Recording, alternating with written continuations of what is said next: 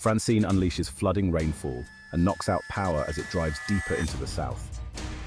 Francine is spreading dangerous conditions across the south Thursday after it slammed into Louisiana with extreme rainfall, life-threatening flooding, and destructive winds. Serious flood threat from weakening Francine made landfall in Terrebonne Parish as a Category 2 hurricane late Wednesday afternoon and weakened to a tropical depression Thursday morning as it tracked into the south. The wind risk is lessening, but the system will keep dropping flooding rainfall over the south, where more than 10 million people are under flood alerts. Up to 8 inches of rain could douse the region through Friday. A level 3 of 4 risk of flooding rainfall is in place for part of Alabama Thursday, while a widespread level 2 of 4 risk stretches from Arkansas and Tennessee to southwest Georgia and the Florida Panhandle. Flooding caused by rainfall has become the deadliest threat of tropical systems in the last decade. Storm surge flooding will continue in parts of eastern Louisiana and coastal Mississippi early Thursday. Flood emergency and water rescues in Louisiana Francine brought more than a month's worth of rain to New Orleans in a matter of hours. Between 6 and 8 inches of rain deluged the area and triggered a rare flash flood emergency, the most severe flood alert, Wednesday night, according to the National Weather Service. Heavy rain flooded roadways and cut off travel routes in other parishes. Deputies in Lafourche Parish sprang into action Wednesday night to rescue 26 residents trapped in flooded homes, according to a statement from the sheriff's office. At least 3 to 4 inches of rain soaked the area. Francine also churned water into homes in St. James Parish, officials said.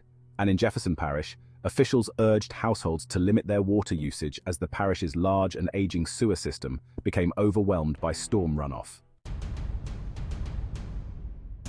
Hundreds of thousands without power. More than 400,000 homes and businesses are without power Thursday morning in Louisiana and Mississippi after Francine's strong winds and heavy rain pummeled the region overnight, according to poweroutage.us. Wind gusts of 60 to 80 miles per hour pounded south-central and southeast Louisiana as Francine pushed through the state Wednesday evening.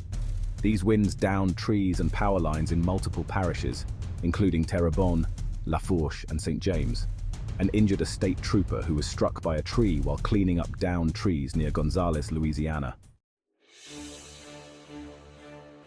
Tornado threat shifts. Tornadoes are possible in parts of the Gulf Coast and southeast Thursday as Francine tracks deeper inland. More than 1.5 million people in southern Alabama and the Florida Panhandle are under a tornado watch until 1 p.m. CDT Thursday. Multiple tornado warnings were issued early Thursday in parts of the Florida Panhandle. Francine disrupts flights, schools. Airlines cancelled all flights out of Louis Armstrong New Orleans International Airport Wednesday, and some additional cancellations were made for Thursday morning, according to a status update on the airport's website. Several Louisiana universities and colleges, including Louisiana State University, Nunez Community College, and Tulane University, closed their campuses or moved to remote classes this week. Recovering from back-to-back hurricanes, Francine came as southern Louisiana is still recovering from powerful back-to-back hurricanes in recent years. In 2020, Hurricane Laura ravaged Lake Charles in southwest Louisiana. The Category 4 storm's ferocious winds flattened homes, toppled large vehicles, uprooted trees, left many residents without power, and took at least 6 lives. Weeks later, Hurricane Delta left a trail of destruction in the area, followed by a deadly ice storm later that winter. Just a year later, Category 4 Hurricane Ida threw southern Louisiana into similar chaos, except it wreaked havoc on the more populated areas in and around New Orleans. Ida dumped more than 10 inches of rain across parts of the Gulf Coast and generated a storm surge as high as 14 feet. Over the weekend, the 22-story Hertz Tower in Lake Charles was demolished after being empty for years due to irreparable damage from multiple hurricanes. Terrebonne Parish resident Coy Verdun, 55, told the Associated Press it's only been a month since he finished rebuilding his home after Hurricane Ida damaged it about 3 years ago. "We had to gut the whole house," he said.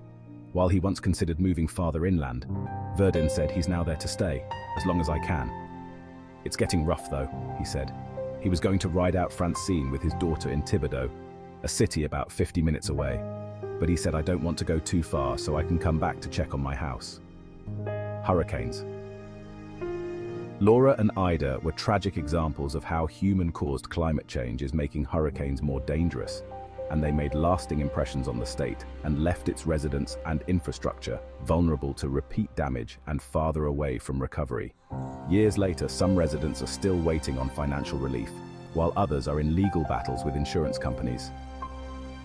Francine was the 12th hurricane to hit Louisiana since Katrina 19 years ago in 2005. That is more hurricanes than any other state has seen in that same time span.